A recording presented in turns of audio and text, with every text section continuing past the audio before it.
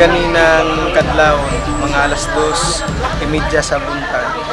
naalarma kaming diriya sa evacuation center tungod kay naitulok ang buok nga mga tao na naka-long sleeve niya ang naay nakamotor kauban pod nila ang nahitabo kay gibubuan nila og gasolina nga mo ang evacuation center. Nakamata ang mga tao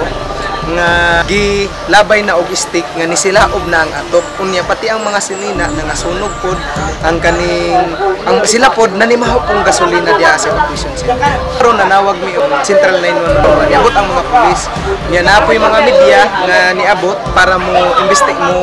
interview pod diha sa evacuation center. Mga 10 minutos gikan dito sulod sa evacuation center diri pod sa compound sa Saharan nikalit na pod og kasunog nga nakadungog og kaning gilabay nga mura sa botelya kay nibuto man siya unya mao toy hinungdan nga nikalit ang dako gyud nga sunog diri sa compound sa UCC.